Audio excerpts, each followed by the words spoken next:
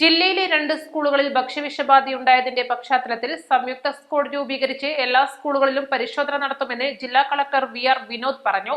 ഭക്ഷ്യസുരക്ഷ, ആരോഗ്യം, പൊതുവിദ്യാഭ്യാസ വകുപ്പുകൾ സംയുക്തമായാണ് പരിശോധന നടത്തുകയെന്നും അദ്ദേഹം അറിയിച്ചു. ജില്ലാ ആസൂത്രണ സമിതി കോൺഫറൻസ് ഹാളിൽ ചേർന്ന ജില്ലാ വികസന സമിതി യോഗത്തിൽ അധ്യക്ഷത വഹിച്ച് സംസാരിക്കുകയായിരുന്നു ജില്ലാ കളക്ടർ.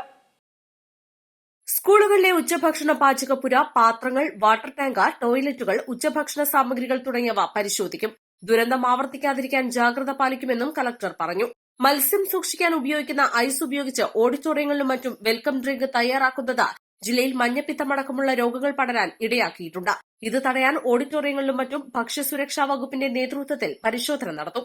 ലൈസൻസുള്ള കേറ്ററേഴ്സ് മാത്രമേ ഓഡിറ്റോറിയങ്ങളിൽ ഭക്ഷണം തയ്യാറാക്കാൻ പാടുള്ളൂ എന്നും കളക്ടർ നിർദ്ദേശിച്ചു. 10ാം തരം വിജയിച്ച ഒരു കുട്ടി പോലും പ്രവേശനം കിട്ടാതെ പുറത്തിരിക്കുന്ന അവസ്ഥയുണ്ടാവാത്ത വിധം +1 സീറ്റ് ക്ഷാമം പരിഹരിക്കണമെന്ന് എംഎൽഎമാർ ആവശ്യപ്പെട്ടു. +1 പ്രവേശനം ലഭിക്കാത്ത അപേക്ഷകർ കൂടുതലുള്ള പ്രദേശങ്ങൾ കണ്ടെത്തി അവിടങ്ങളിലെ സ്കൂളുകളിൽ അധിക ബാച്ചുകൾ അനുവദിക്കുന്ന വിധത്തിൽ റിപ്പോർട്ട് തയ്യാറാക്കി സർക്കാരിന് സമർപ്പിക്കുമെന്ന് ഹയർ സെക്കൻഡറി മേഖലാ ഉപമേധാവി ഡോക്ടർ പി.എ. അനിൽ യോഗത്തിൽ അറിയിച്ചു. RMSA പദ്ധതി പ്രകാരം അനുവദിച്ച ജില്ലയിലെ 21 ഗവൺമെന്റ് ഹൈസ്കൂളുകൾ ഹയർ സെക്കൻഡറി ഇല്ലാതെയാണ് പ്രവർത്തിക്കുന്നതെന്നും ഇവിടങ്ങളിൽ താൽക്കാലിക ഹയർ സെക്കൻഡറി ബാച്ചുകൾ അനുവദിക്കാൻ ശുപാർശ നൽകുമെന്നും ഹയർ സെക്കൻഡറി മേഖലാ ഉപമേധാവി അറിയിച്ചു.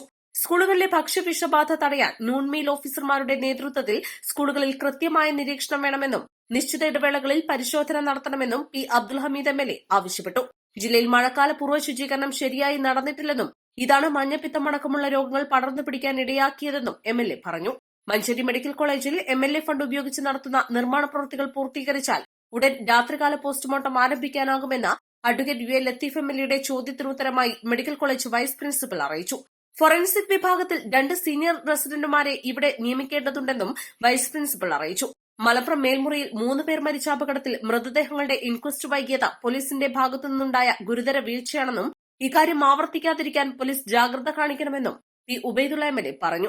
മലപ്പുറം KSRTC ബസ് ടെർമിനൽ നിർമ്മാണ പ്രവൃത്തി ഉടൻ ആരംഭിക്കുമെന്ന് എംഎൽഎയുടെ ചോദ്യത്തിനുത്തരമായി പൊതുമരാമത്ത് വകുപ്പ് അധികൃതർ അറിയിച്ചു. മലപ്പുറം കോട്ടക്കുന്നിൽ മഴക്കാലത്തെ മണ്ണിടിച്ചിൽ തടയുന്നതിന് ഡ്രെയിനേജ് നിർമ്മിക്കുന്ന പ്രവൃത്തി ഉടൻ ആരംഭിക്കണമെന്നും എംഎൽഎ ആവശ്യപ്പെട്ടു.